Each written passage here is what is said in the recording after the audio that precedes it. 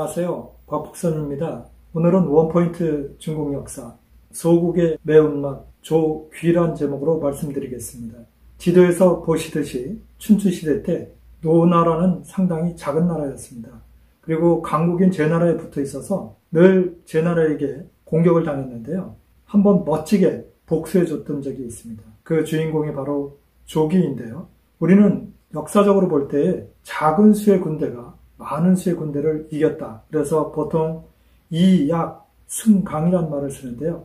이것의 첫 번째 모범 사례가 바로 조기가 전쟁터에 나가서 썼던 전략이었습니다.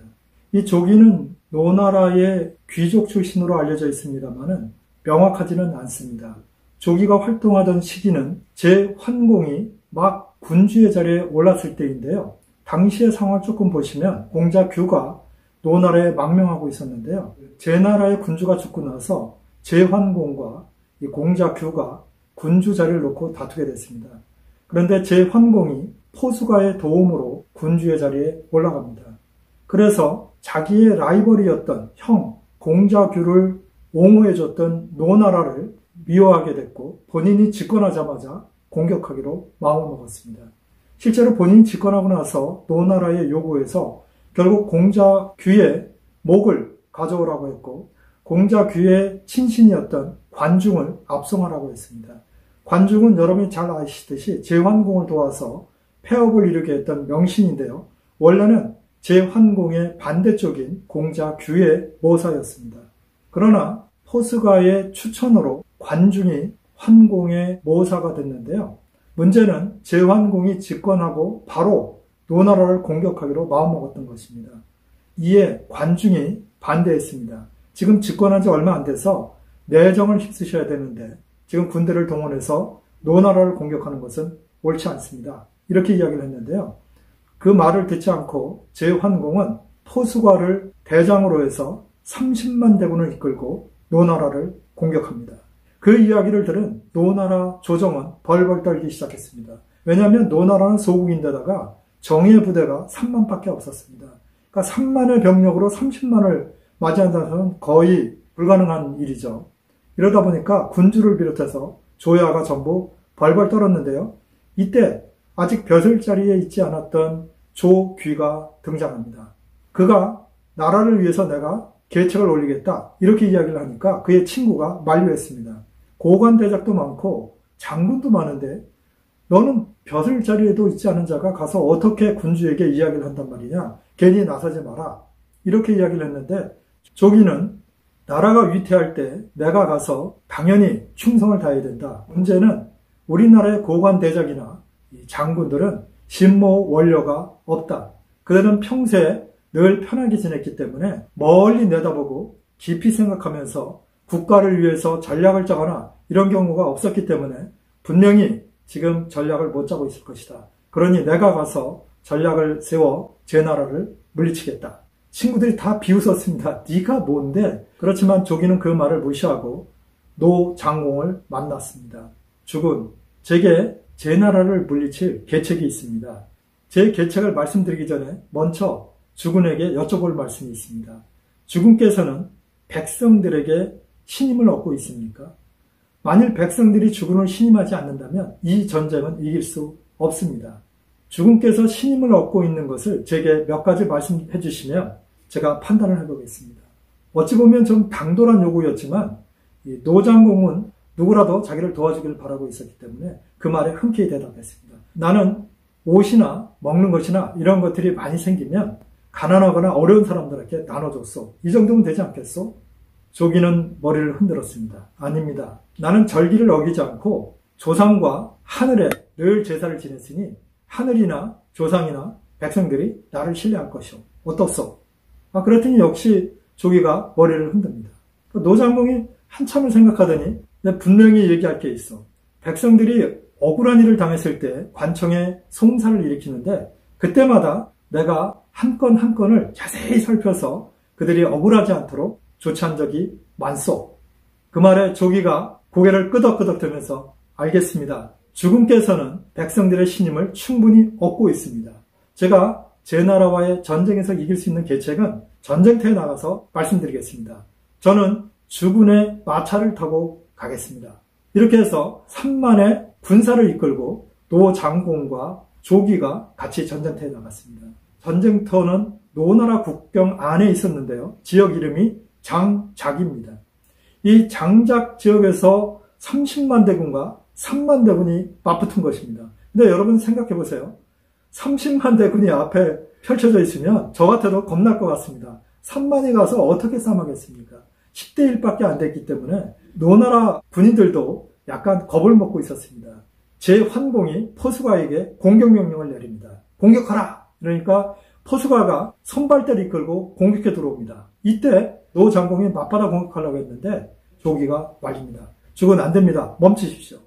그런데 이 노나라는 자기네 땅에서 싸웠기 때문에 제 나라가 공격해 온다는 소식을 듣자마자 노 장공의 명령으로 이미 방책이 설치됐고 수비태세가 갖춰져 있기 때문에 멈추라고 하는 조기의 건의에 따라서 방책 뒤에 군사들이 다 숨었죠. 제 나라 포수가가 군대를 이끌고 와서 아무리 공격을 해도 꿈쩍도 하지 않았습니다. 그러자 어쩔 수 없이 포수가가 퇴각을 했는데요. 그리고 나서 다시 한번 공격을 가해왔습니다. 그러나 역시 조기의 건의에 따라서 공격을 하지 않고 머물러 있었습니다. 그리고 나서 얼마 후에 다시 한번 제 나라 군대가 쳐들어왔는데요. 그때도 수비태세를 갖추고 있다가 이들이 다시 퇴각할 낌새를 보이자 그때 조기가 일어나서 노장공에게 이야기합니다. 진군북을 울리십시오. 공격하십시오. 이렇게 이야기를 하니까 바로 북을 둥둥둥 울리면서 노나라 군인들이 전력 질주해서 이 제나라 군대를 공격하기 시작했습니다. 그러자 제나라 군대가 대우 정렬도 못하고 바로 퇴각하기 시작했습니다. 그래서 그것을 막 쫓아가기 시작했는데요. 이때 조기가 말립니다. 주군 멈추셔야 됩니다. 그러니까 제나라 군대를 쫓아가던 노 장공은 사실 쫓아가고 싶었지만 조기의 말대로 해야 된다는 것을 이미 알고 있었기 때문에 본인이 그 자리에서 멈췄습니다. 그러자 조기가 눈 위에 손을 이렇게 대고는 계속 이 형세를 살펴보는 것입니다. 그러더니 이제 공격해도 됩니다. 이렇게 얘기를 했습니다. 그래서 저 멀리 도망가 있는 제나라 군대를 추격해서 대승을 거두었는데요. 이 노나라 역사에서 항상 제나라에게 공격을 당하고 매번 패배를 했지만 이 장작의 전쟁에만큼은 대승을 거두었습니다. 대승을 거두고 돌아왔을 때에 노 장공이 조기에게 물어봅니다. 제나라 군대가 쳐들어왔을 때 내가 맞받아 치려고 했는데 왜 그것을 말렸소? 그 말에 조기는 주군, 포수가가 군대를 이끌고 처음 쳐들어왔을 때는 제나라 군의 사기가 워낙 높았습니다. 거기에 맞받아 공격하면 우리 군인들은 저쪽 대병 때문에 기가 죽어 있는 상태에서 공격했으면 저희는 전면하게 되어 있습니다. 그래서 제가 말렸던 것입니다. 그러면 두 번째 공격했을 때는 왜 막았소? 그 말에 조기는 또 이렇게 이야기합니다. 두 번째 공격해 왔을 때는 제나라 군대가 약간 피로의 기색을 보였고 기강이 약간 흐트러졌으며 사기가 약간 떨어진 게 보였지만 여전히 우리나라 군대가 공격하기에는 어렵다고 봤습니다. 그래서 제가 말렸던 것입니다. 그리고 세 번째 공격해 왔을 때 제가 공격하라고 그랬던 것은 우리가 공격을 안 하고 있는 것을 보고 제나라 군인들이 우리가 겁을 먹고 있는 줄 알고 본인들이 교만해졌고 또한 계속 공격을 했지만 자기네들이 성과가 없었기 때문에 그리고 먼 거리를 왔기 때문에 피로의 기색이 역력했습니다. 그리고 대우가 흩어져 있었기 때문에 이제 공격할 시기라고 보았습니다. 그래서 제가 공격하라고 했던 것입니다. 그런데 더 하나 이상한 게 있어. 왜 패잔병들을 추격하는데 멈추라고 했다가 한참 있다 다시 공격하라고 했어? 그 말에 조기가 웃으면서 이런 이야기를 했습니다. 제 나라는 대국입니다. 30만 대군이 쳐들어왔기 때문에 저들이 어떤 계책을 갖고 있을지 우리는 정확히 알 수 없습니다. 저들이 일부러 패한 척하고 도망가다가 우리가 쫓아가면 우리를 포위해서 섬멸할 수도 있었기 때문에 제가 잠깐 멈추라고 했던 것입니다. 그리고 잠깐 멈춘 사이에 제가 땅의 형편을 살펴보니 제 나라 군인들이 제멋대로 도망간 흔적이 보이고 마차가 도망간 그 길도 아주 혼란스러웠습니다. 이 이야기는 저들에게 계책이 없이 무조건 도망간 것이라는 것이 분명했기 때문에 제가 공격하라고 했던 것입니다. 그 이야기를 들은 노 장공은 무릎을 치면서 그대야말로 정말 뛰어난 전략가요. 이렇게 이야기를 했습니다. 역사적으로 약한 군대가 강한 군대, 적은 병력으로 많은 병력을 이긴 춘추시대 때 대표적인 전쟁을 꼽으라. 그러면 이 장작의 전쟁을 꼽고 있습니다.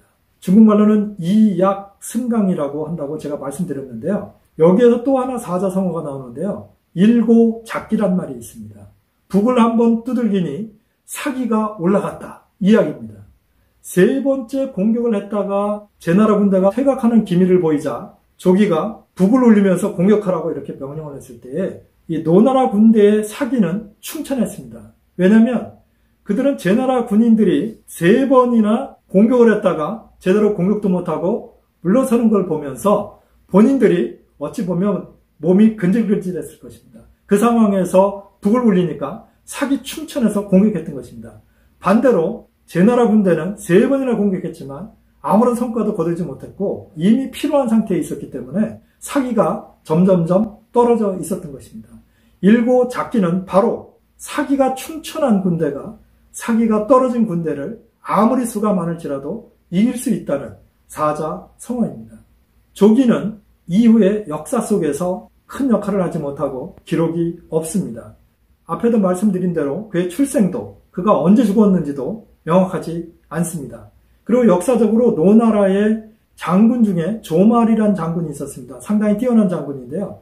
이 조말과 조기가 같은 사람이란 설과 그렇지 않다는 설이 있는데요. 사기를 쓴 사마천은 서로 다른 사람이라고 보았습니다. 저도 역시 사마천이 쓴 사기에 따라서 이 조기는 다른 사람이라고 생각합니다. 어쨌건 조기는 반짝하고 나타났다가 사라졌는데요. 역사적으로 볼 때는 이 장작의 전쟁으로 인해서 조기는 문신이지만 전략가로서 이름을 드높였고 노나라가 유일하게 제나라에게 대승을 거뒀던 이 장작의 전쟁이 역사에 기록되게 됐고 약한 군대가 강한 군대를 이겼다는 아주 역사상 유명한 기록을 남기게 되었습니다. 오늘은 비록 짧은 순간 역사에 등장했지만 아주 강렬하게 인상을 남기고 약한 군대일지라도 사기가 충천하면 강한 군대도 이길 수 있다는 사례를 남긴 조기의 이야기를 드렸습니다. 다음번에는 좀 더 유익하고 재미있는 이야기로 찾아뵙겠습니다. 시청해 주셔서 감사합니다.